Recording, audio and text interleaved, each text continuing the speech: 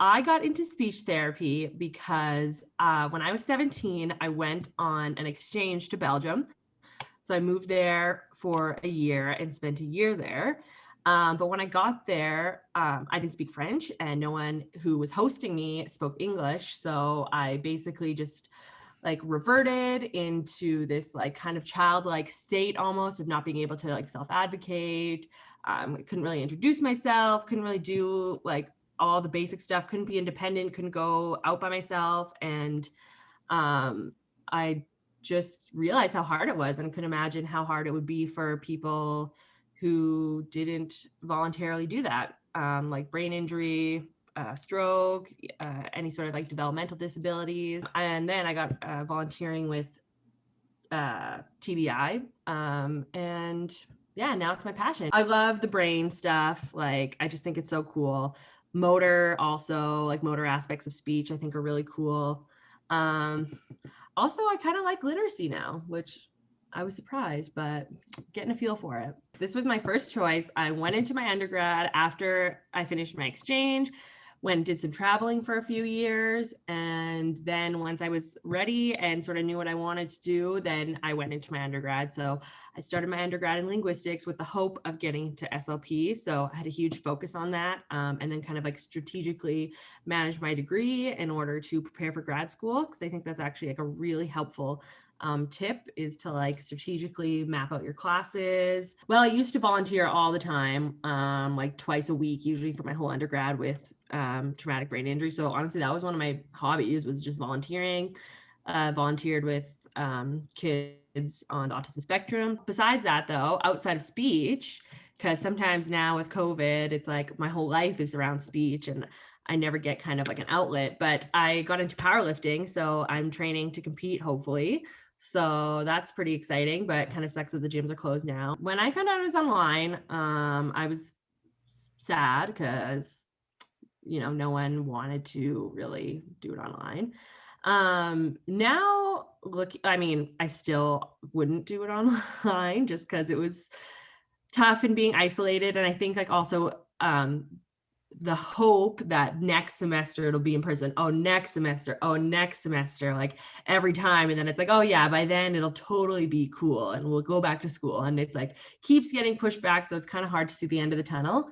But now I kind of like enjoy that I can focus on not just school. I have like time to like cook because I don't have to like prepare meals for the whole week to take to school. I have time to like wake up like, you know, wake up slow and drink coffee, and like I'm not in a huge rush all the time. So it's kind of nice to do that sort of stuff in a way. But yeah, it's been really tough because I'm like super social, love to talk to people, love to get to know people. So yeah, it's just tough to like make those connections through online sometimes. But I think if you put in the effort and just, you know, follow through, then it's amazing how many people are, well, everybody is in the same boat, but everybody wants to talk to each other. And it's like, you just have to like be brave enough to make the first move, to talk to people, to put yourself out there, because that's like how you're going to get the best experience. It's so fun because it's content also that you really care about and like you're really passionate about, you're really interested about, and everybody's on the same page. So it's like everyone's really interested, everyone's asking relevant questions, everyone pays attention, everyone helps each other, which is like such a different atmosphere than undergrad, especially trying to get into like a competitive program. And then it also motivates me being at home because I have to clean my room and my space. So I seem to clean a lot and I get to spend a lot of time with my kitty, having a sleep. And yeah, so Herman can come to lectures and he really likes that. He really likes learning. So it's really a win-win for both of us. I was at a physio appointment. I had my third knee surgery. And by that point, COVID had like just hit. And so I was kind of just like giving up on life in general, just like hadn't left my house in a long time and had been like waiting and refreshing my email for like 2 months every day. And then when I found out, I had to ask like 20 different people if this looked like an acceptance letter, because I like didn't know if it was like for sure an acceptance letter, because it was like, yeah, you've been considered And then I was like, okay, that means yes, right? Like I had to like confirm with like 12 people to be like, I can't start celebrating until I know for sure. But the only person I really wanted to tell was my mom, and she was in Mexico and was screening all of my calls. And I was like, just like, okay, I guess I'll just keep this information deep down inside, which I can't do because I just, you know, I can't hold in a secret. So I had to tell my physiotherapist, and that was the last time I ever saw him.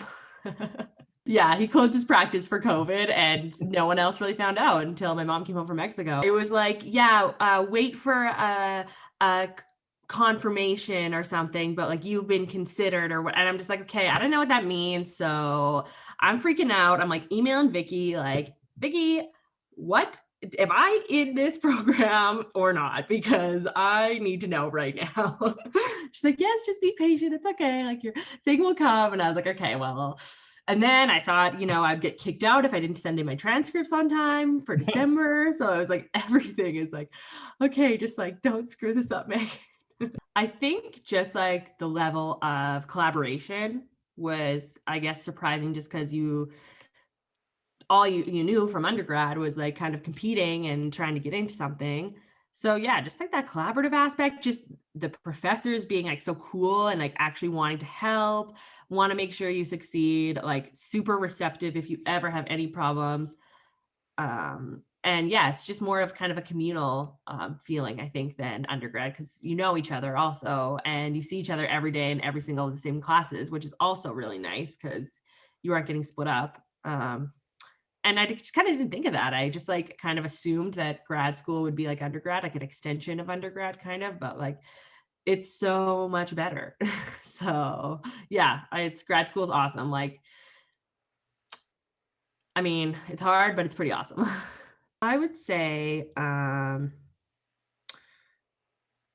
just work hard and do it as much as you can in your undergrad.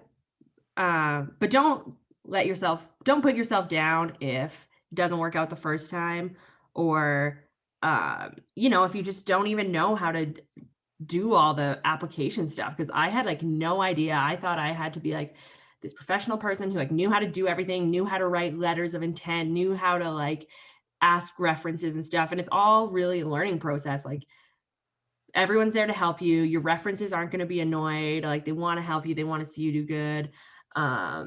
And yeah, and if it doesn't work out, try again. Try something different, maybe change up some strategies and techniques of studying. But I do think that if you are in the beginning years of undergrad, or maybe kind of at the beginning of third year, try and lay out classes that you can probably do the best in your last 2 years. The first 2 years, try and get like those anatomies and those sciences, that kind of stuff out of the way, because at least if the marks aren't as good in those classes, which that's what I found for me, I kind of got them out of the way and they didn't really count. So that's also just really good. And get involved also with your with communities at your university, like Linguistics Students Association, Psychology Students Association, pre-speech, maybe sometimes schools have those kinds of stuff, because they'll help you out. Applications will be easier, and you can make connections and network. And now I know people who are in the cohorts above me, people who are at different universities doing speech, and yeah, made everything easier and made it fun.